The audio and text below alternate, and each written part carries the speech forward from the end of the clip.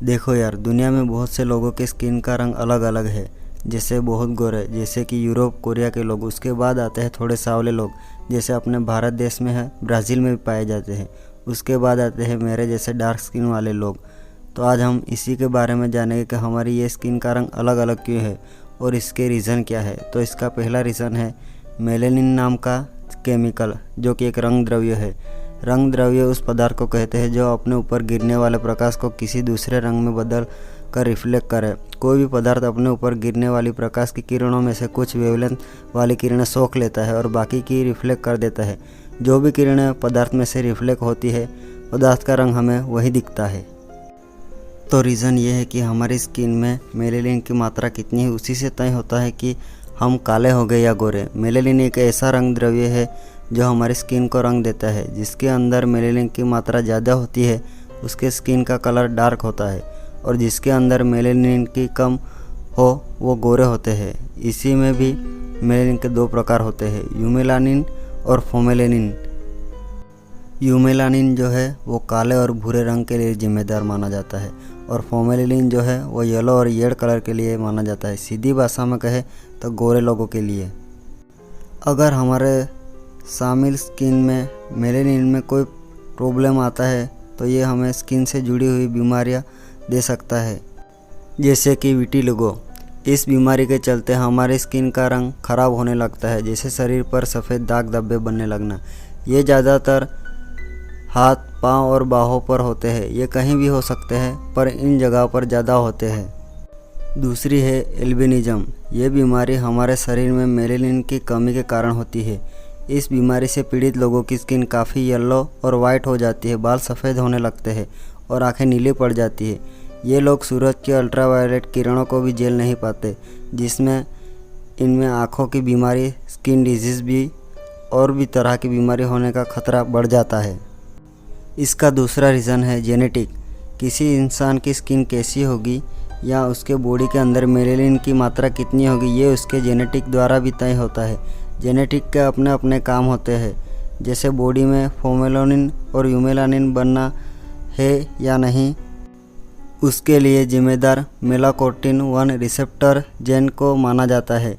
ये स्किन से जुड़े जेनेटिक में से सबसे ज़्यादा प्रचलित जेन है। ये जेन हमारे बॉडी में पैदा हुए मेलेनिन के प्रकार को अफेक्ट करता है और मात्रा को भी कम ज़्यादा कर सकता है। इस जेन की पूरी एक चेन होती है, जिससे इस इंसान में ये चेन के मुताबिक मेलेनिन होता है, उसी के साथ कलर भी बनता है। जैसे समझ लो, फेयर एंड लवली की एड होती थी, 1 दिन से लेकर 15 या 30 दिनों तक का काले से लेकर गोरे तक बनने का जो प्रोसेस दिखाई जाती है, ऐसी ही इस जेन के भी चेन होती है।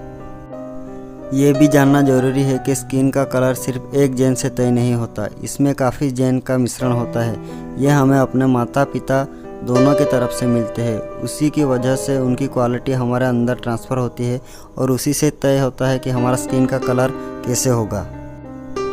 दूसरी ओर ह्यूमन स्किन कलर की डाइवर्सिटी को समझने के लिए बहुत से जेन की स्टडी की जा रही है, जिसमें ASIP, MATP, TYR और OCA2 जेन शामिल है। न्यू खोजे गए जेन के मुताबिक SLC24A5 से पता चलता है कि यूरोप और अफ्रीका के लोगों के बीच 30 यूनिट तक का फ़र्क है, जिससे ये तय होता है कि अफ्रीका के लोगों में मेलेनिन की मात्रा ज़्यादा है। तीसरा रीज़न है जियोग्राफी। जियोग्राफी भी हमारे स्किन कलर के लिए काफ़ी जिम्मेदार है, क्योंकि सूरज के अल्ट्रावायलेट वी किरण की मात्रा जियोग्राफी लोकेशन के आधार पर चेंज हो जाती है। हमें अपने देश की बात करें तो जम्मू कश्मीर, उत्तराखंड ऊपर के इलाकों में हमेशा ठंडी रहती है। वहाँ सूरज के अल्ट्रावायलेट किरणों की मात्रा काफ़ी कम होती है। उसी तरह साउथ के राज्य में गर्मी ज़्यादा होती है, वहाँ के लोगों का ज़्यादा रंग डार्क होता है। इसका रिस्पॉन्स है जियोग्राफी लोकेशन। भूमध्य रेखा के करीब के देशों में वी किरणों की मात्रा ज़्यादा होती है, जबकि इस रेखा से दूर के देशों में वी किरण कम होते हैं। जैसे अफ्रीका, मिडल ईस्ट और एशिया के कुछ हिस्से भूमध्य रेखा के करीब आते हैं। उनकी स्किन डार्क होती है। यहाँ रहने वाले लोगों में नुकसान पहुँचाने वाले अल्ट्रावायलेट वी किरणों के अफेक्ट से बचने के लिए वातावरण के हिसाब से इनकी स्किन में ज़्यादा मेलेनिन डेवलप हुआ है। जो एक नेचुरल सनस्क्रीन के रूप में काम करता है, जो अल्ट्रावायलेट वी किरणों को एब्जॉर्ब करके उन्हें ख़त्म करता है और अल्ट्रावायलेट से होने वाली बीमारियों का खात्मा करता है, जैसे डीएनए डैमेज होना या स्किन कैंसर जैसी और भी डिजीज़ शामिल है। दूसरी ओर जहां अल्ट्रावायलेट वी किरणों की मात्रा कम हुई, वहां के लोगों की स्किन गोरी वाइट हो गई, जैसे यूरोप, कोरिया, चाइना और भी देश है। चौथा रीज़न है माइग्रेशन। देखो यार, इंसान कभी एक जगह से दूसरी जगह घूमता रहा है, सर्वाइव करने के लिए या शौक के लिए। उस वजह से इंसान को अलग अलग तरह के वातावरण का सामना करना पड़ता है और अलग अलग एटमॉस्फेयर में अल्ट्रावायलेट भी डिफरेंट तरह की होती है। इस माइग्रेशन के कारण अलग अलग एटमॉस्फेयर में रहने वाले लोग एक साथ रहने लगे और उनके स्किन का कलर भी अलग था। उसके चलते जेनेटिक मिक्सर काफ़ी ज़्यादा हो रहा है, जिससे आने वाली जनरेशन में भी स्किन का कलर मौसम के हिसाब से या जेनेटिक के हिसाब से बन रहा है। जैसे जहाँ अल्ट्रावायलेट वी किरण की मात्रा ज़्यादा है, वहाँ भी वाइट बच्चे पैदा हो रहे हैं। दो अलग अलग कलर के लोग जब जुड़ते हैं तो वहाँ दो लोगों का जेनेटिक मिक्सचर होता है।